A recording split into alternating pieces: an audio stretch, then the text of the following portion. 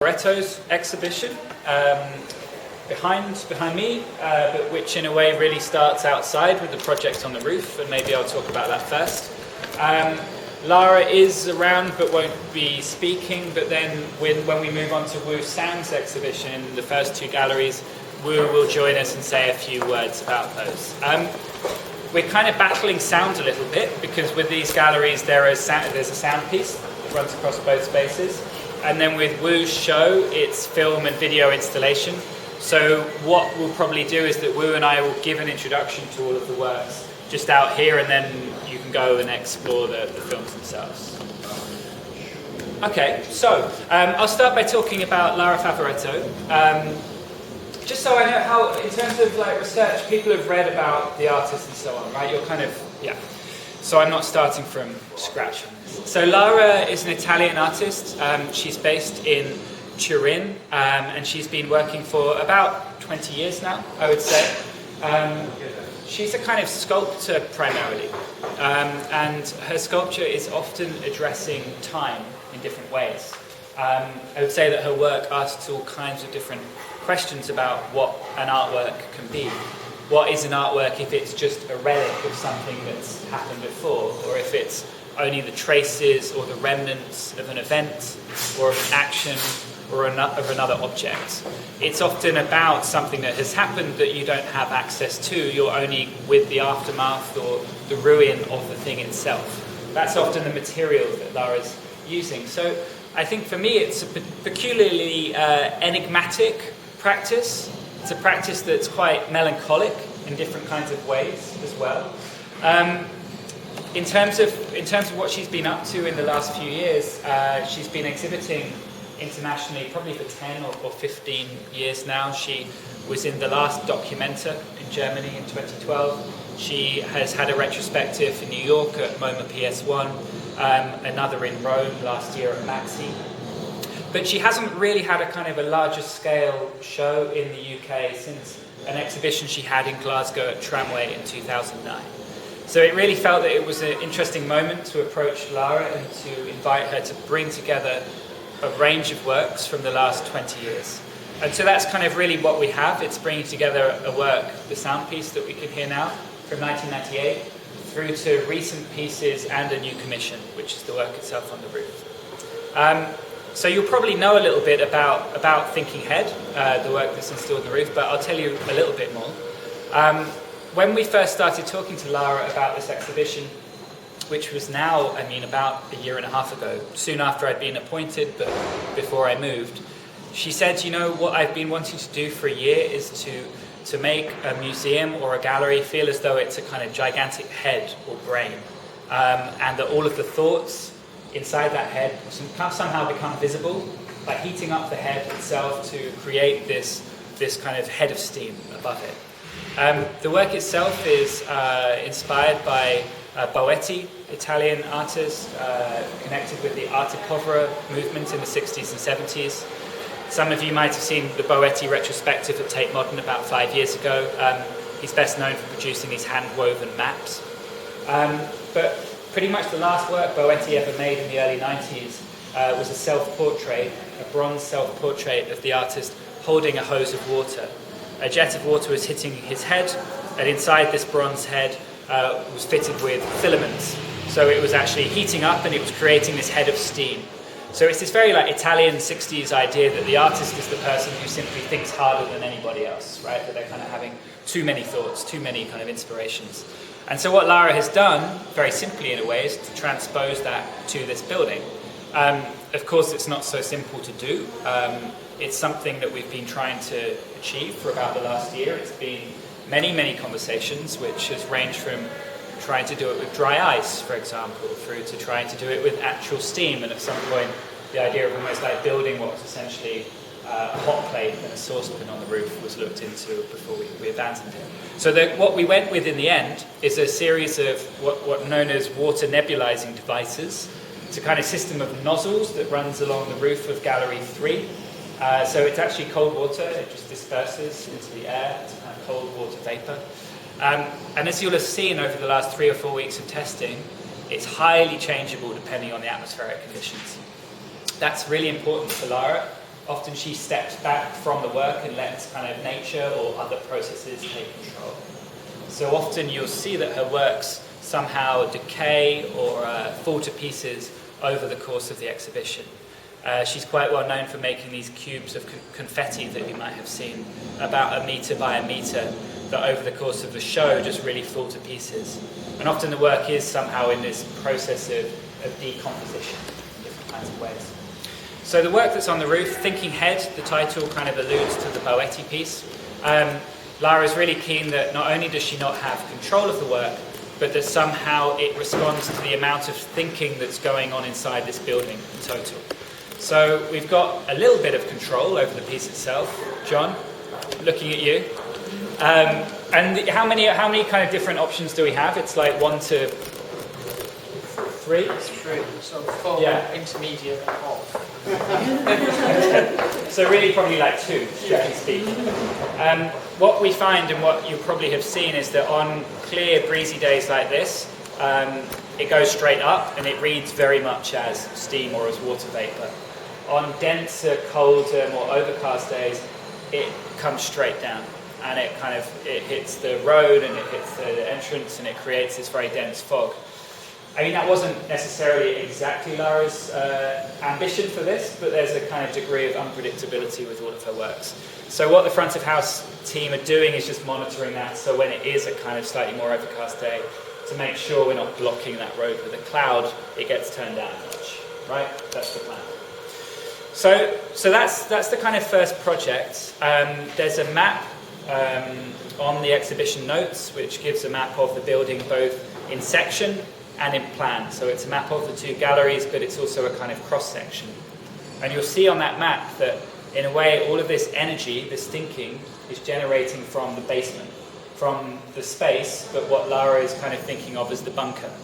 When she first did a site visit about a year ago, we took her up onto the roof, and that's where the kind of idea came from. But she was really taken with the space as this feeling of this kind of brutalist, subterranean bunker.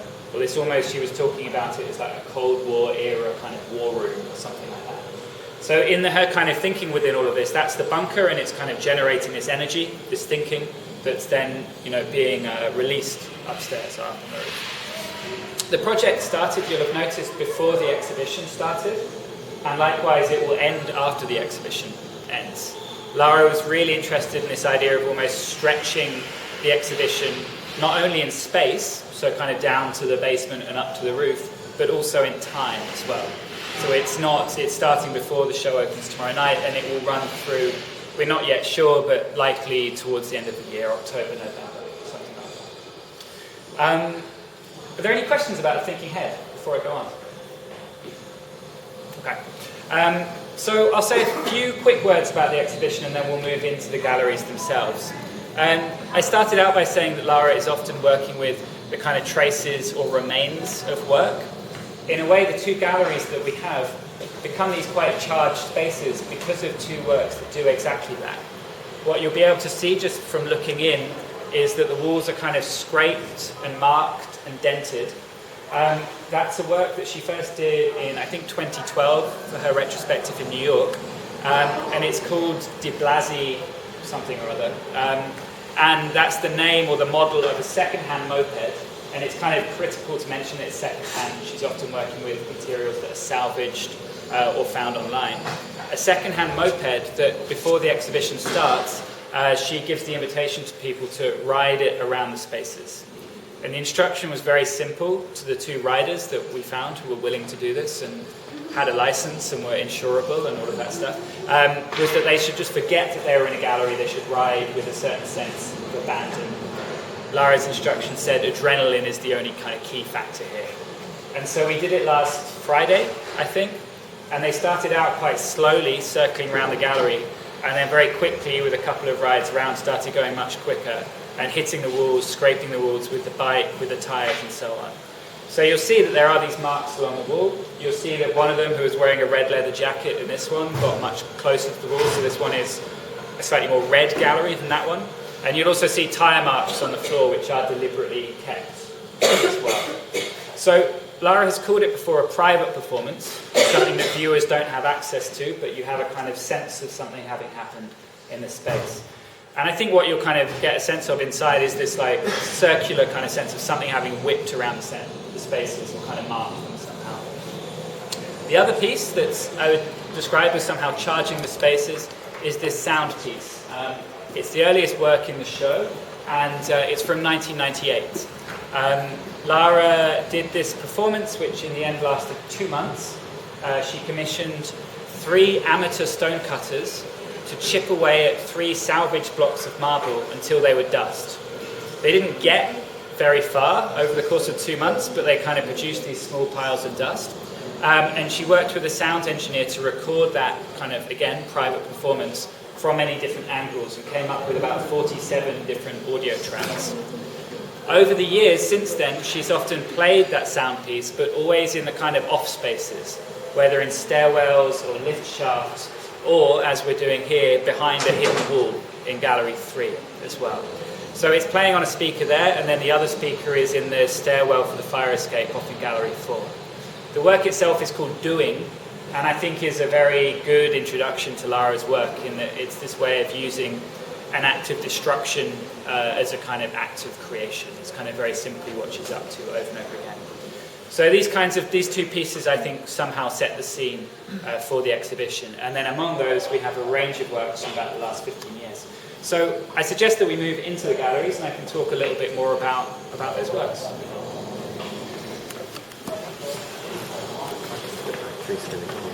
And do please help yourself to exhibition notes. We'll start in here.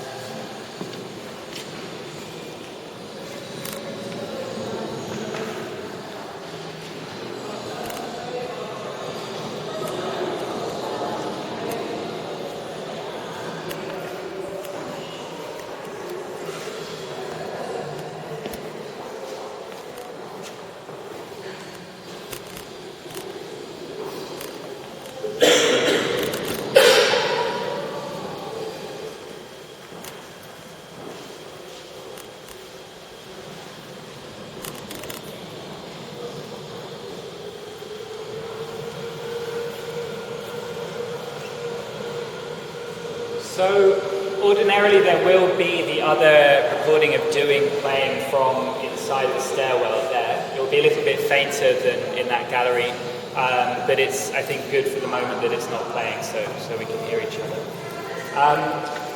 So behind me is a triptych of wool paintings. For about 5 or 6 years, Lara has been making this series.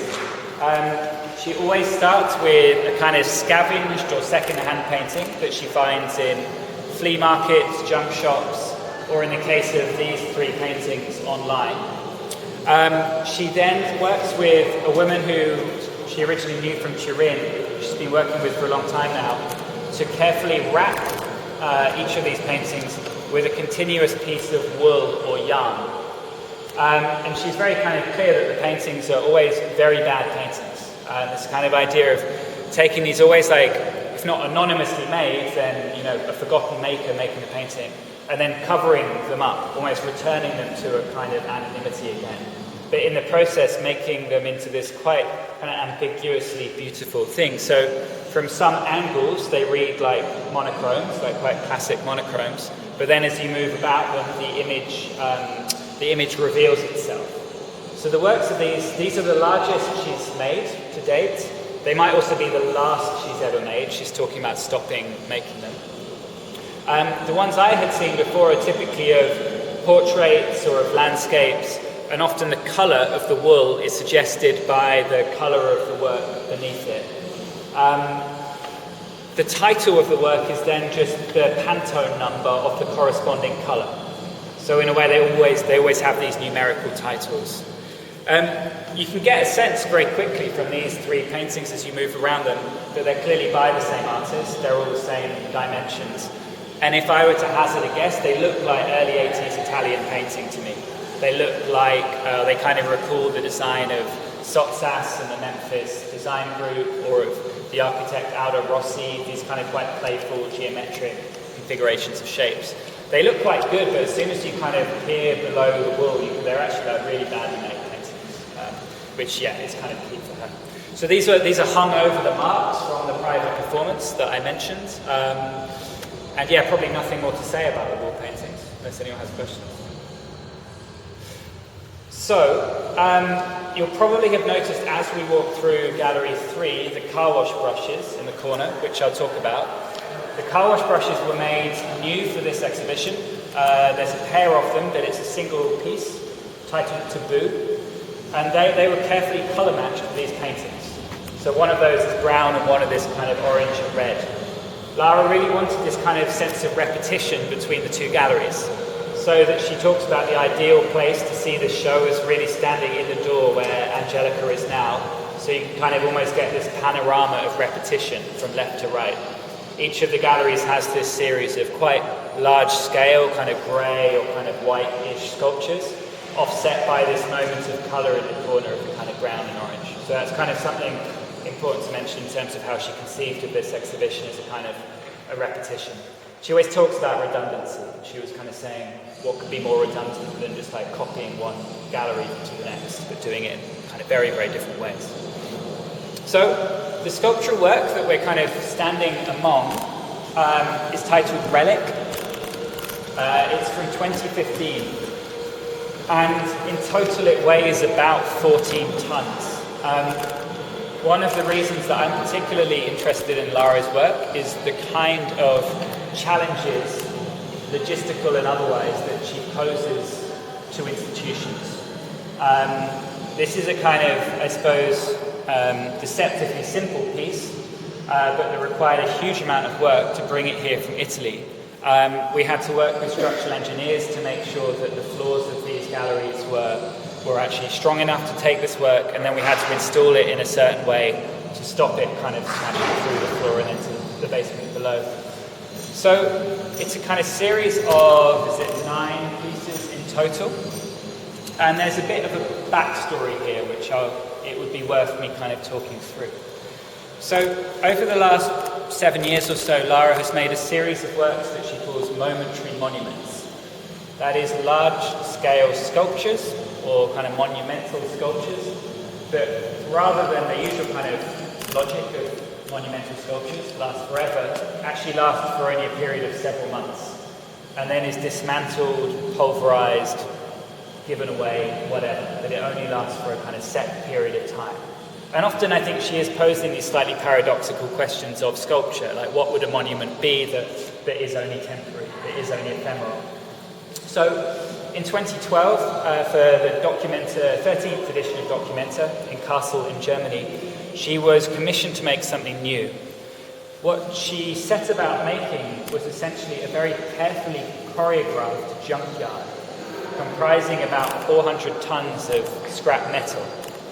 And now I remember going to see this, and at a glance it looks like a scrap heap, but after a while you kind of started to sense that something else was going on. What was actually happening, or like how the thing itself was structured, was that over the years Lara had collected a number of different images from different ruins of the last 100 years. Some of those were from natural disasters like the San Francisco earthquake at the beginning of the 20th century, or the tsunami in Japan at the beginning of the 21st century. Others were from bombings and so on. She produced a collage of about 70 different images of these photographs or documents of destruction, of ruination. She produced this kind of collage that put all of these images together, and that was the basis of the junkyard itself, which over a month and a half, using a crane, she very carefully composed. So that was the first part of the piece, in a sense. The second part of the piece was that she selected 9 works, nine kind of pieces of scrap out of the junkyard, and showed them in a gallery next door just as ready-mades, as found objects. So if you didn't know about some of this story, you might have taken them for a piece of, I don't know, like American or Italian sculpture from the 1960s. She then cast those pieces, or kind of made a rough approximation of those pieces of scrap metal, and she replaced them in the junkyard with these pieces of concrete. So as you were walking up and down this kind of landscape of ruins, if you were looking carefully, you would notice that several of these pieces were not actually metal, but made from concrete itself. At the end of the exhibition, that whole scrap heap, all 400 tons of it, was taken back to the scrapyard and cubed or junked or whatever, it was dispersed. So all that remains of that momentary monument are these 9 pieces of concrete. So the work itself is titled Relic. It's dated 3 years after Documenta, and it is all that remains, is the relic of this temporary monument itself. And she's very deliberate in that it's meant to recall works of classic Western minimalism from the 60s and 70s. They're quite familiar shapes in a certain way. But when you spend a bit of time with them, you'll notice that some of them have moss growing on them. They've been a bit dented in transit. But these are really kind of quite hardy, brutal objects. But very kind of crucially, they somehow play the role of ghosts or as echoes of this one-time sculpture in Germany 5 years ago. Any questions about Relic or about the wall paintings? Okay, so let's... Yeah, Sam. Sorry? Can you sit on? No, yeah, sorry, I should have mentioned. Yeah, you're not really meant to touch them. They won't be barriers. Of course, they're concrete. Nothing much is going to happen if people do touch them. But there are these kind of quite subtle accumulations of bits of moss and mould and so on that for Lara are quite important. So yeah, please stop people from touching them. I know from experience when something looks like you can't break it, people do want to touch it more or sit on them or whatever, but yeah, it's a good question. Likewise with the paintings, they probably won't be barriers. They are quite hardy, they're quite kind of tightly woven together, but do keep an eye on people because they're quite tactile objects. It's worth pointing out that you can't really leave your cups on them either. That's the artist's done that. It's her prerogative. Nobody else is allowed to do that. Oh, okay. Oh yeah, I should also say there are bits of yellow tape around them at the moment. Lara put those down because she was very precise and she wanted to clean almost all the way up to the edges, but then to leave those kind of remnants or those little bits of dust and mold that have fallen off them actually kind of sitting at the base of them. So they look a bit like they've just been plonked right down on the floor. So yeah. Yeah, allowed to take photos, absolutely. Yeah. Sam, is the tape coming up? The tape will come up, yeah. It's just to stop us cleaning. Can I ask about the motorcyclists? Yeah. Were they professional stunt riders? What were their qualifications to go? What were the very good question? I'm not sure if I can tell you what their qualifications were. No, what we had to do, so Sam's question was about the people riding the moped. To insure them, which proved quite difficult, they had to have a license, they had to have leathers, and we had to be able to say that they weren't going to go over a certain mile per hour, because otherwise we couldn't get insurance. In the event, the moped was so battered and useless that they couldn't go very fast anyway, so that wasn't so much of a problem. They were 2 people that Angelica found on Facebook. I think actually, they're friends or something, or one's a friend, yeah. And so it was just put out there that we were looking for people with motorbikes, with leathers, with licenses. They got in touch, and we just talked them through the project. We printed out a very loose sketch that Lara had made, which was really just the gallery plans with a world line like that, and then they kind of went for it. So they weren't particular stunt riders, but they were really they were kind of bruised and they were falling off and sliding around and so on. They broke the bike in the end actually. The spark plug snapped because one of them accidentally wheelied it and the spark plug. So the bike itself is broken, but I think Lara likes things breaking down. Where is the bike? Sorry? Where is the bike? The bike is downstairs in a crate, so she never exhibits the bike. Should have mentioned that. It's just almost, a lot of her work almost operates by rumour, right? This idea of a monument that no longer exists, or a performance that was guys riding a motorbike into a wall. I have to say, just as a kind of aside, when I was watching these 2 guys kind of ride around the galleries, I suddenly started thinking about futurism, and 100 years on in Italian futurism, and actually this like rather pathetic performance. And like to give you a sense of the bike, it's a tiny yellow moped, like beaten up moped that hasn't really been used for years apart from to ride into museum walls.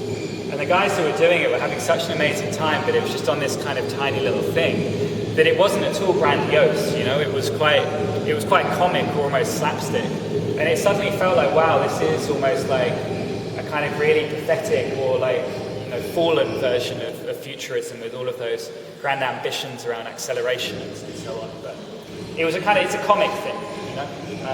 And often I think the work does in quite a curious way combine the kind of comic and the pathetic or the failed with the kind of weighty or melancholic or even often melodramatic. When the public ask about these maps, are we allowed to tell them? Yeah, about the bike? absolutely. And so in the, can I hold up one of the, just quickly one of these?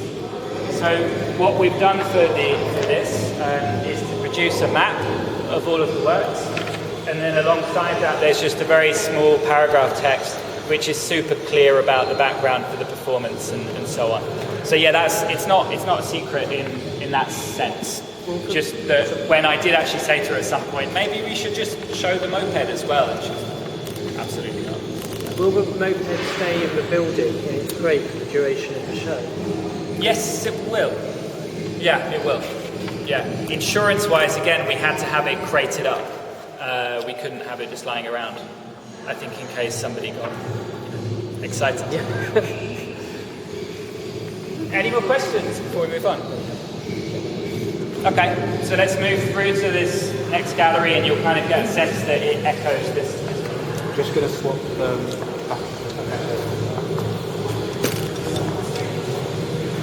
beep beep.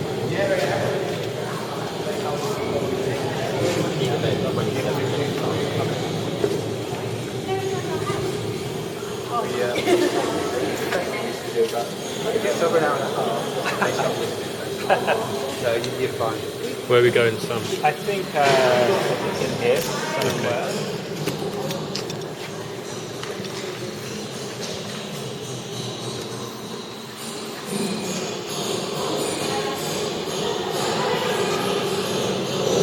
You just wait till you get a signal from your session.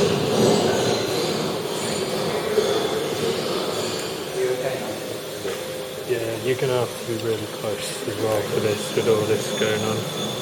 Right there. I think so, yeah. Ready?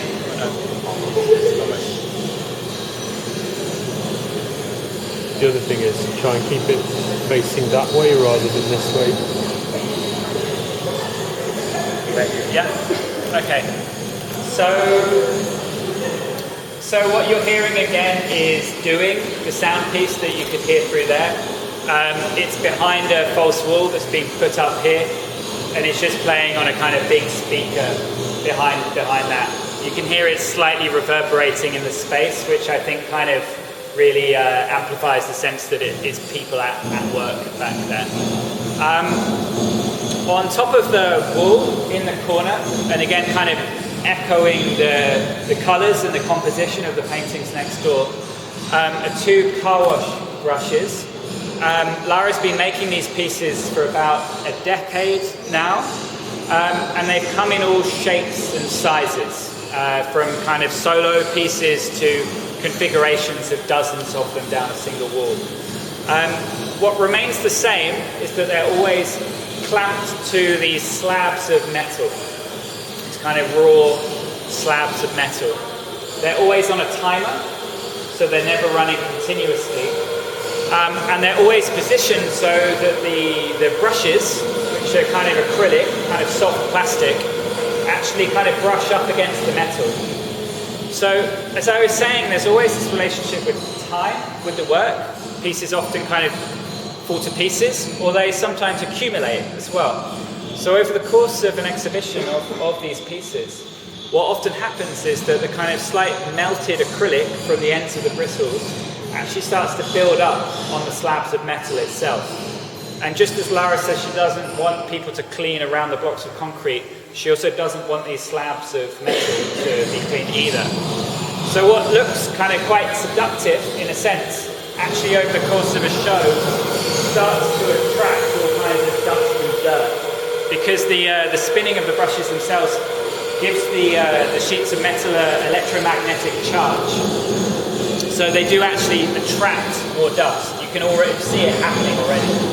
So the kind of sense is, by the end of August, there'll be this kind of accumulation of melted plastic on these sheets, and then also kind of dirt and dust and so on. She's talked about them in the past as a kind of painting by other means. You know, I started out by talking of her as a kind of sculptor, but she talks about them as a kind of another form of action painting. She talks about them as formally resembling the works of Barnett Newman, the American abstract expressionist painter of the 50s and 60s. Newman, best known for paintings that were sometimes called zips, kind of vertical stripes down the middle. And she talks about them as somehow being in conversation with that. I would say as well that the moped performance very clearly is somehow thinking about painting, you know, in a kind of very different kind of mechanized way. And Lara's work is full of these kind of misbehaving machines, you know, whether it's steam machines on the roof, whether it's these car wash brushes, whether it's a moped that's being instructed to hit a wall. You know, she's often leaving machines up to their own devices, or the people that are operating them up to their own devices. And that sense of leaving a work open to chance or to indeterminacy is a kind of critical point in her work. So just to say about the titles of these pieces, often with Lara's work, the title offers a real clue to the piece. Relic would be a good example. Bulk here is another, and I'll talk more about that. The titles for the car wash brushes have a slightly more enigmatic a series of titles behind them. They're usually titled for films. So a whole series of them was titled for Harmony Korine films, or actually, like, I think also characters in Harmony Korine films. Others have been named for like superheroes and like seemingly arbitrary things, but my understanding is that they're usually films or characters that Lara is thinking about or watching at the time that she's making them. This piece is called Taboo. She wouldn't tell me why it's called Taboo. There is a film called Taboo, right? Yeah. Someone was speculating earlier that it was because she didn't want to make them and we had to kind of push her into making them a little bit. And that Taboo is somehow a kind of joke on that. But I don't know. A film reference, probably. Yeah, so that's the car wash brushes. They're on a timer. At points, neither will be working. At points, one. At points, both. It's roughly every 15, 30 seconds, something like that. But yeah, any kind of operational questions or other questions about these? Okay. The boxes, the motors and the wiring will just be left out like that. It will just be left loose so you can see how they work. We're not going to be barriering them. We'll have a GA kind of close to them. They're pretty soft. I mean, short of, I don't know, sticking your hand in the mechanism, what can go wrong? Do we have a limit for how close? Sorry? Do we have a limit for how close people are allowed to get? Like, Do we, Sam and John, do we have a limit for how close people can get? No. Well, we don't know yet. I'd say just encourage people not to touch them. Certainly encourage people not to touch the metal slabs in Azadakon, because it is kind of important that they remain untouched. What I would just say is, tonight's really not a night to work for logistics like that. Tonight it's all about kind of interpretation. So I wouldn't get too hung up on things like that. Concentrate on what the work's about rather than... Yeah. So yeah, so in terms of what the work's about, this relationship to painting, very important, the relationship to time, and these being these actually quite beautiful looking things that have this kind of dark, dirtier side. Often her work does have this kind of bittersweet sense or ambivalent sense to kind of beauty and to the grotesque or the abject. So the other work in this gallery, alongside doing the sound piece and the scraped walls, is this piece called Bulk. It was first made, was made 15 years ago. And it's a work that I think has only been shown once before. Lara certainly hadn't seen it herself for about a decade. Again, there's a bit of a story behind how this came to take the form that it takes. In 2002, in I believe it was a small town in northern Italy. Lara, working with some young people in the town, organised a carnival procession. So working with these kids, she made a series of like large-scale carnival masks and heads. After the procession, which was documented, those masks were then destroyed or burnt. And you'll start to see a theme, I think, of how often with her works, the works themselves are hidden from view or destroyed or in some way or another. But before she destroyed those carnival masks, she made these very, very rough plaster casts of them. Again, you know, I mentioned she does have this ongoing conversation with Italian sculpture from the 60s and 70s. Arte povera, artists like Boetti, like Cornelis, like Mario and Marissa Merz, who were often using these kind of so-called poor materials, sackcloth, plaster, wood, concrete, etc. And so at a glance, they do look like a lot of work of that time. They even look a little perhaps like Villa de Barlo's sculptures of more recent years. But when you take a look inside, and they're carefully positioned so you can see the kind of the holes or the neck pieces, you can get a sense that they're very different on the inside, that they really still carry the quite precise imprint or cast of these carnival masks. But then I think what's important to Lara about them is that they're these kind of heavy, lumbering, almost ugly objects. They look a little bit like archaeological finds, you know, encrusted by kind of dirt and dust. And I think it's that kind of sense of archaeological relics or finds that was behind her decision to just line them up in 2 rows of 7. Partly it echoes the 2 rough lines of the sculptures through there, but also it has this kind of almost arbitrary sense of one thing after another, or of these kind of just lined up discoveries, I should say. There is a little bit of composition in terms of how they've been laid out. You'll kind of see that the kind of the holes different directions. There is a certain kind of rhythm to them. Again, in terms of people touching them, please don't touch these. They are pretty delicate. Each of them is kind of strapped together by this just kind of quite precarious plastic band, and each of them is in 2 halves as well. That's kind of structurally how they operate. But then people can walk down the middle. Lara also wanted to install them in this way that was a little like a barrier into the galleries. So it's kind of not blocking the entrance, but it's an encounter that you have as soon as you walk into the first space. And in a way, I suppose they're doing a similar but different thing to the works through there, but it's almost like a study of comparison or contrast. Rather than being these like 14 tons worth of concrete, they're actually comparatively light things that 1 or 2 people can pick up. These are the kind of negative forms of the masks, those are the positive forms of the retrieved objects. She kind of very much intends them to be a back and forth between the 2. Before finishing in this gallery, what I'll just mention is the point I made earlier.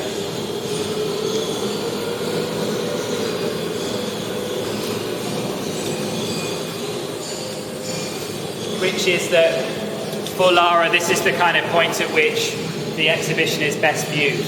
That you kind of have a sense of something being almost pointlessly repeated in different modes.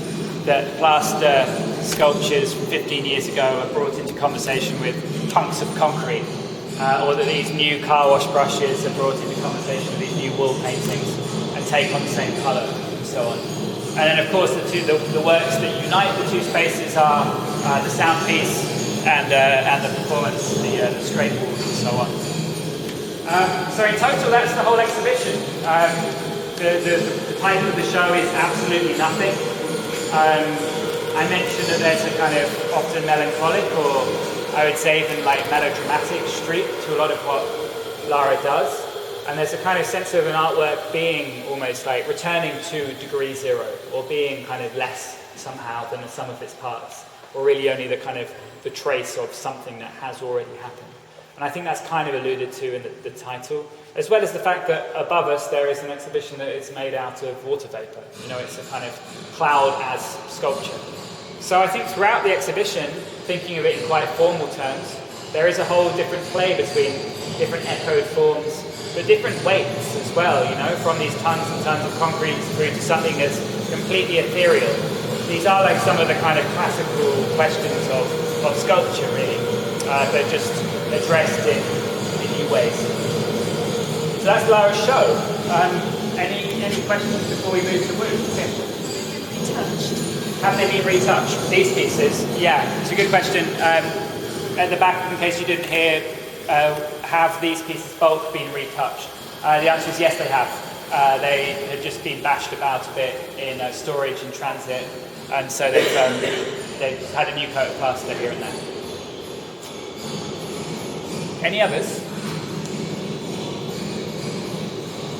Okay, let's move maybe back into the foyer space, and I'll talk a little bit about Wu.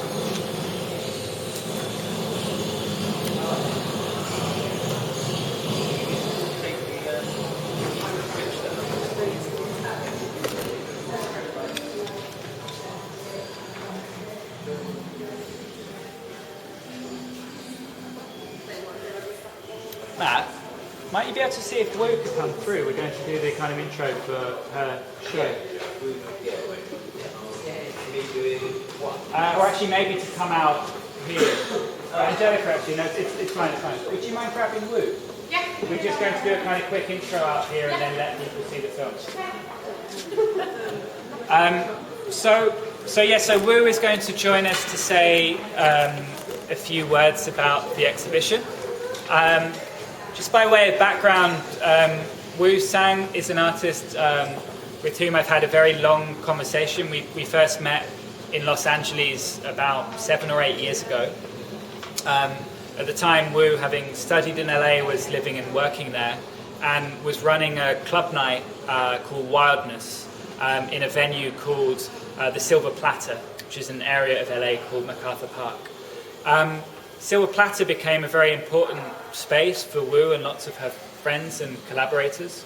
It was the place in which many of her earlier films, which are always kind of fluidly moving between documentary and fiction, and often actually she's made a number of cuts that sometimes move from on one end of the spectrum would be documentary, another complete fantasy.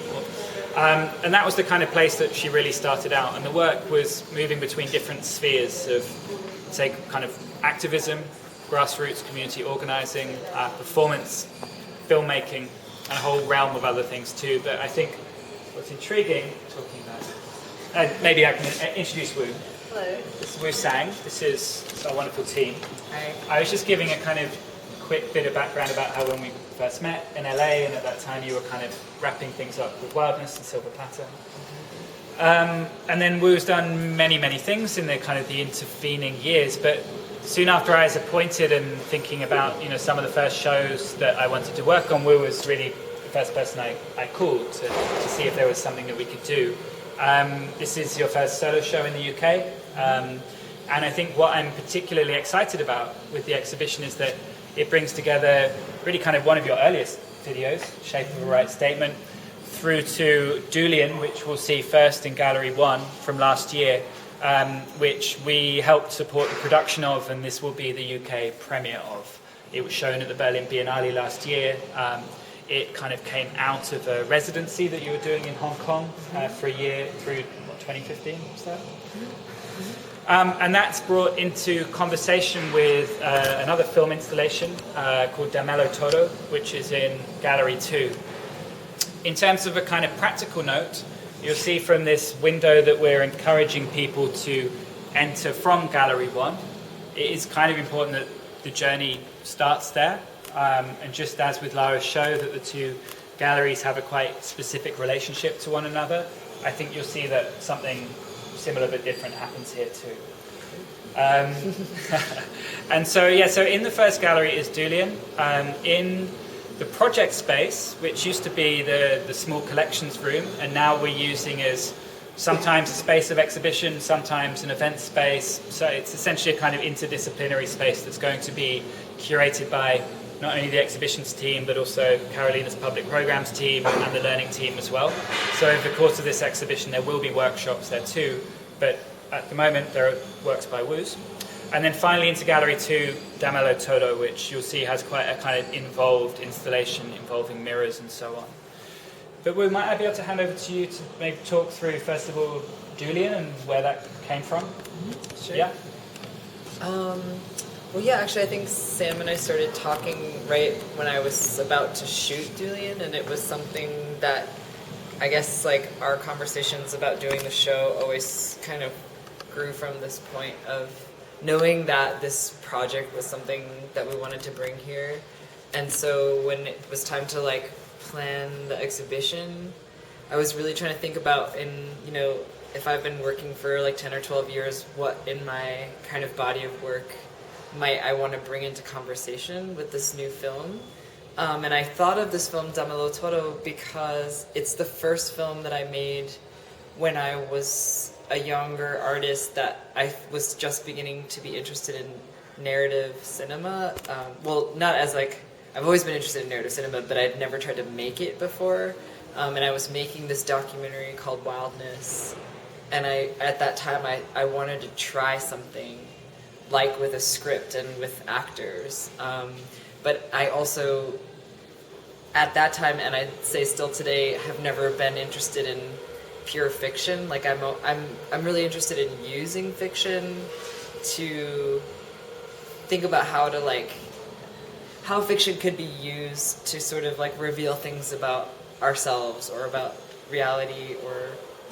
So I'm always like trying to blend documentary and fiction, basically. So Damelo Toro was like my first attempt at doing that, and it's very kind of tender to me because I really had no idea what I was doing.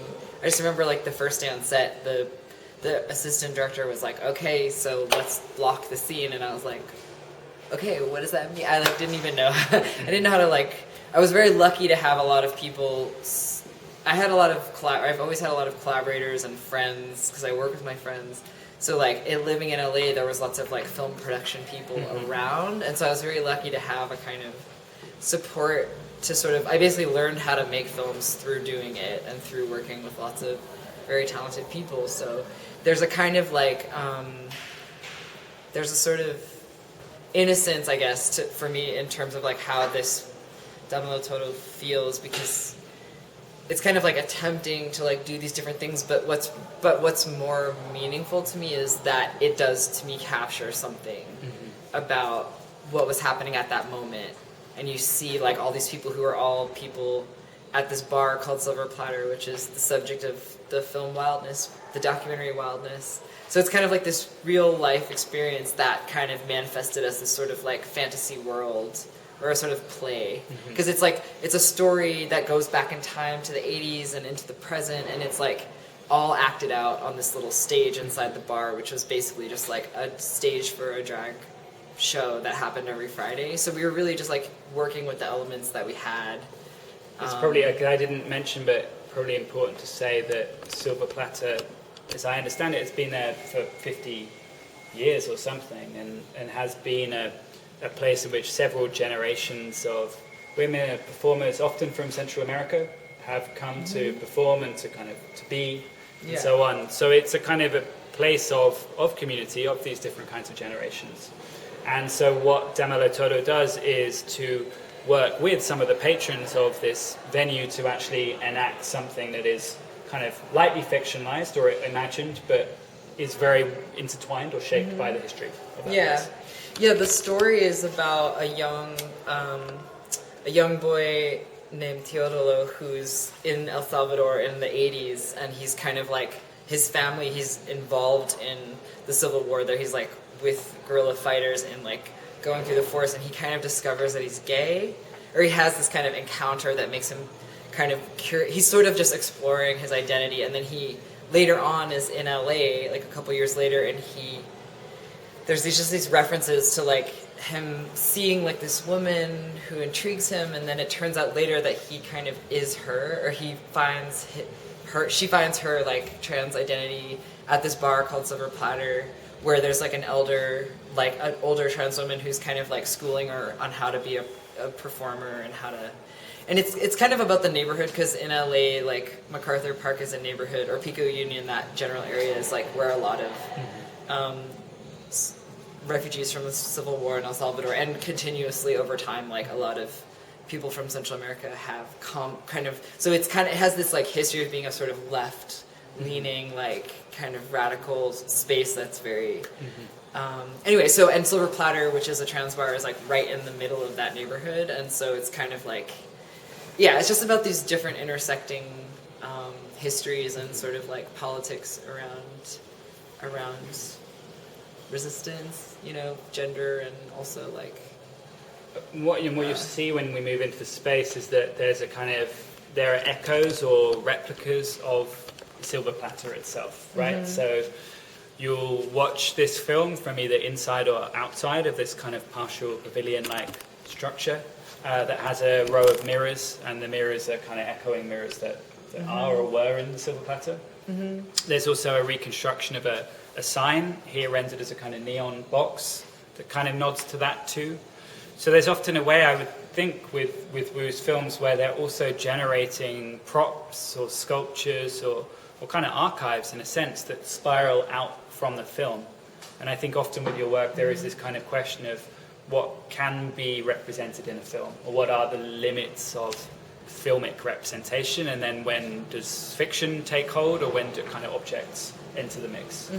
Yeah, and I guess just like briefly about Dulian, I think there's a lot of parallel, or at least that's what I hope for the viewers, is that I don't need to like explain them all, you know, but I think hopefully in being able to sit with either or both works, there are some resonances between them. I think because with Dulian it's a very different subject matter, but it's a similar thing of like of wanting to like kind of uncover a hidden history and sort of work in dialogue with many people to create a story that we then sort of perform as a way to explore our own experiences. So it's kind of about the fantasy of this queer history in China, but working in Hong Kong, which is a different site to sort of explore like Chinese identity and also history and also queer history. So it's like it has many layers. Like there's actually 5 languages that are the poems that I was working with, because the subject matter is about this Chinese revolutionary hero. She was like a poet,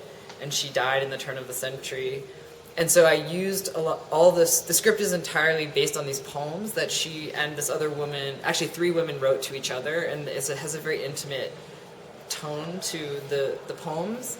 And I worked with different people in Hong Kong and also in China to translate them into different languages. So it's in Cantonese and Mandarin and Bahasa Indonesian and Tagalog and Ilocos and English, and like the idea is that it's like whose story is this, or like it's all these people's stories, so it's kind of told from all these perspectives, but there are these 2 performers that kind of perform the characters. And in the exhibition notes you'll see there are excerpts from all 3 of the different scripts, and you'll see some of the script from Dulian with the different languages running in parallel.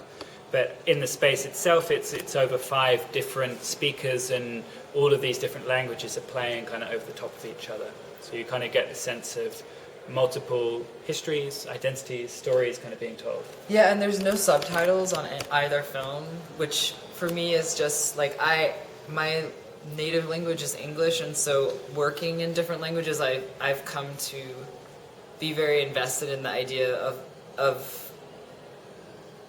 just sort of insisting upon things not being fully understandable. So I feel like people will have different experiences depending on what their access to language is, but that if people are confused, that's also okay. Like it's meant to be, you get what you can get what you get, and you will understand, I think, some things just based on the language of cinema, because cinema has it implies a lot without necessarily needing to understand every word that's being spoken. So I think there's for me a really compelling relationship between the 2 films, even though Danmalo Todo made 6 years or so before the other, made in LA, set in 1980s LA. Dulian filmed in present-day Hong Kong, but kind of set almost 100 years before, you know. But there are these different kinds of shifts in time and place that happen. I think the relationship of bringing them together really brings that through. Anything more? I would say maybe now it would be best just to kind of to go in to see some of the films, and that I will be around afterwards. So if there are kind of particular questions you might have, do just come and find me in the galleries. Does that sound okay? Any other questions for the moment, or do you just want to go and see the films themselves? Okay. Thank you.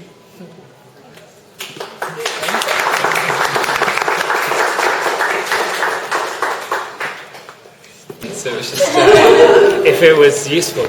I'm curious about Yeah. the structure in Gallery 2.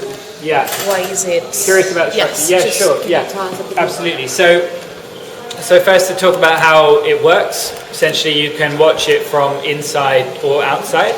I think Wu was very interested in that sense of having different perspectives on the image.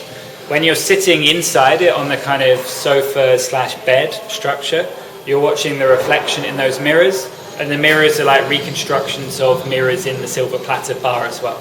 So it's meant to carry this kind of echo of the place in which it was filmed and so on. But yeah, I think it's meant to be this sense in which I think when you move in the first gallery, it's a kind of total space, right? It's surround sound and so on. In this space, you've got a choice of being kind of inside or outside the action, but it's something that you can watch from afar. We were talking earlier when we were like tweaking the sound that she quite liked the sense of entering the second gallery and having that feeling of almost being outside the nightclub, you know, the kind of sense of the sound kind of filtering through the wall or whatever. So that's where the structure came from. And actually the structure itself we brought over from Berlin. It's a kind of almost flat pack thing that the one time Wu showed it before was done in that way. So that is the kind of, I think on the date it says something like 2010 to /15, and I think that means that the film itself was made in 2010, initially just shown as a video projection, and then the structure came later, but it's all the same kind of thing. Yeah. Can I ask something on, if you're looking at the screen, you've got some writing down. Yeah. Is that her poetry? Absolutely, yeah. So yeah, I should say just a little bit more about that. So the poet that Wu alluded to, her name is Ko Jin. She was a feminist icon in China through the 20th century, but a poet, an editor, a revolutionary. She was assassinated in 1906. And then over the course of the 20th century, through the Cultural Revolution and beyond, her memory was essentially appropriated by different competing political parties. So at different points, she was understood to be a martyr, a traitor. Different kinds of identities were assigned to her. And that kind of sense in which somebody can become something else or made to stand in for something else, I think was one of the points of interest for Wu. And so, yeah, she mentioned the poetry was collaboratively translated with a group that she kind of put together over the course of the year she spent in Hong Kong. And so the subtitles, or kind of whatever you call subtitles when they're down the side, that's the original poetry, and then what you're hearing is the kind of that poetry put into 5 different languages. So a serious sense of kind of overlapping translations. And they're all kind of quite incorrectly translated as well. You know, they're quite imprecise. And the writing that's in the sarcophagus. Go on. The sarcophagus, whatever it is. The Yeah. Chinese characters in there. Absolutely, yeah. Is That's from another one of the poems. Yeah, and it's called, that piece I think is called Yusad Legend, and it's from Yusad Legend is a line from one of the poems.